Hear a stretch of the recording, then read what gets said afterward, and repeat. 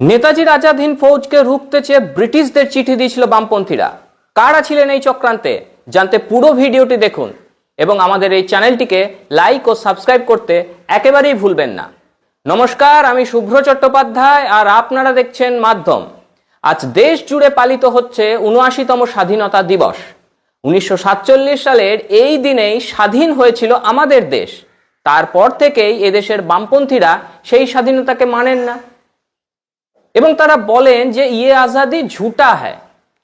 অর্থাৎ ভারতের বলুন কিংবা বাংলার বামপন্থীদের মধ্যে কোনো রকমের দেশাত্মবোধ, জাতীয়তাবাদ কি স্বাধীনতা সংগ্রামীদের প্রতি শ্রদ্ধা এসব কিছুই কাজ করে না, দেখা যায় না। ভারতীয়ত্ববোধ কোনো বামপন্থী দলের মধ্যেই দেখা যায় না। একবার লক্ষ্য করে দেখুন যে কোনো বাম দলকে, তাদের নাম শুরু হচ্ছে ভারতের কমিউনিস্ট পার্টি। ভারতীয় নয় কিন্তু, ভারতের কমিউনিস্ট পার্টি, ভারতের কমিউনিস্ট পার্টি মার্ক্সবাদী, ভারতের কমিউনিস্ট পার্টি মার্ক্সবাদী লেনিনবাদী, এইভাবে।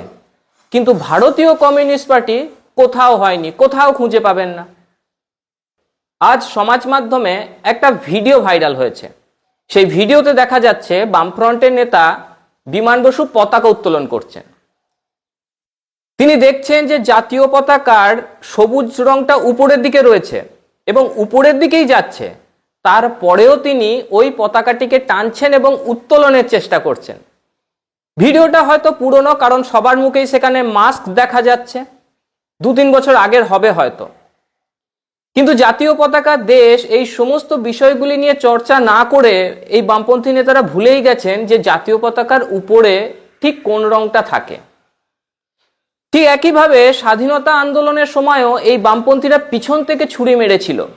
শুধু তাই নয়, তাদের নেতারা একের পর এক মুচলেকা দিয়েছিল ব্রিটিশদের কাছে এবং প্রতিশ্রুতি দিয়েছিল ব্রিটিশ সরকারকে যে তারা ব্রিটিশদের পক্ষেই লড়বে। একই সঙ্গে ব্রিটিশদের চিঠি দিয়ে বামপন্থীরা জানিয়েছিল যে তারা আজাদ হিন্দ ফৌজকেও রুখবে। আজাদ হিন্দ ফৌজকে রুখতে বামপন্থীরা সাহায্য করবে ব্রিটিশদের। কলকাতায় বসে চিঠি লিখেছিল দেশদ্রোহী কমিউনিস্ট নেতারা। দ্বিতীয় বিশ্বযুদ্ধের সময় কলকাতার ২৪৯ বউবাজার স্ট্রিট থেকে চলতো অবিভক্ত কমিউনিস্ট পার্টির অফিস। এই পার্টি অফিস থেকেই দেশদ্রোহী কমিউনিস্ট নেতারা ইংরেজদের সাহায্য করতে চেয়ে তৎকালীন ব্রিটিশ ভারতের স্বরাষ্ট্র সচিব রেজিনাল্ড ম্যাক্সওয়েলকে চিঠি লেখেন। জানা যাচ্ছে এই চিঠি এখনো সংরক্ষিত হয়ে আছে সরকারের মহাফেজখানায়, যার নম্বর হলো IB file number 3B/99/1942 Bengal government. এবার চিঠির বিষয়বস্তুতে আসি। এই চিঠিতে বলা হয় যে সমগ্র বাংলা জুড়ে ব্রিটিশ সরকারের বিপক্ষে এবং ফ্যাসিস্ট জাপানের পক্ষে প্রবল ঝড় শুরু হয়েছে। ঝড় মানে জনমত তৈরি হয়েছে। এমতাবস্থায় ব্রিটিশ সরকারের পক্ষে এবং ফ্যাসিস্ট জাপানকে মোকাবিলা করতে কমিউনিস্ট পার্টি ব্রিটিশদের সাহায্য করবে। ব্রিটিশ সরকার যেন কমিউনিস্ট পার্টিকে এ বিষয়ে যথাসম্ভব সাহায্য করে। দেশদ্রোহীদের এই চিঠিতে সেদিন সই করেছিলেন কমিউনিস্ট নেতা ধরণী গোস্বামী, আব্দুল হালিম, প্রমোদ দাশগুপ্তরা। যারা শুনছেন তাদের বোঝা দরকার যে ফ্যাসিস্ট জাপানের আক্রমণ মানে যেটা বলতে চাওয়া হচ্ছে সেটা আসলে আজাদ হিন্দ ফৌজের স্বাধীনতা যুদ্ধ। আসলে কমিউনিস্ট রাশিয়া মিত্রপক্ষে যোগ দেওয়ার পরেই এদেশের বামপন্থীরা তখন ব্রিটিশ এবং আমেরিকার বড় সমর্থক হয়ে ওঠে। মার্কিন সাম্রাজ্যবাদের সমর্থনে তখন কমিউনিস্ট নেতারা গান লিখতেও শুরু করে। কমরেড ধরো হাতিয়ার, ধরো হাতিয়ার, স্বাধীনতা সংগ্রামে আজ নহি একলা, বিপ্লবী সোভিয়েত, দুর্জয় মহাচীন, সাথে আছে নির্ভীক মার্কিন।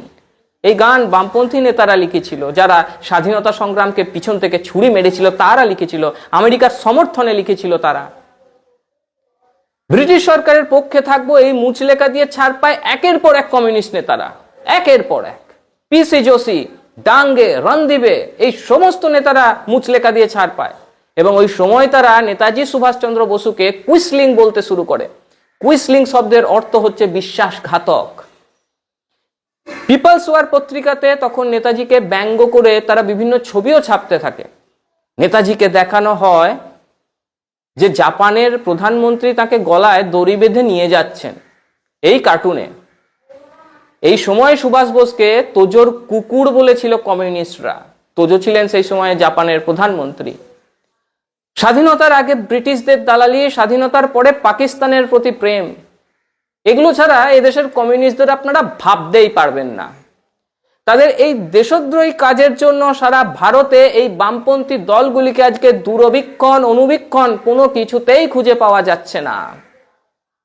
2025 সালের ফেব্রুয়ারি মাসে দিল্লিতে নির্বাচনের ফলাফল সামনে আসে। সেখানে দেখা যায় যে নোটার চেয়েও কম ভোট পেয়েছিল এই বামপন্থীরা। দেশদ্রোহীদের আর কেই বা ভোট দেবে? সার্বিক চিত্র সারা দেশে। আজ এই পর্যন্তই। কেমন লাগলো আমাদের প্রতিবেদন জানাতে ভুলবেন না। সঙ্গে থাকুন, দেখতে থাকুন মাধ্যম।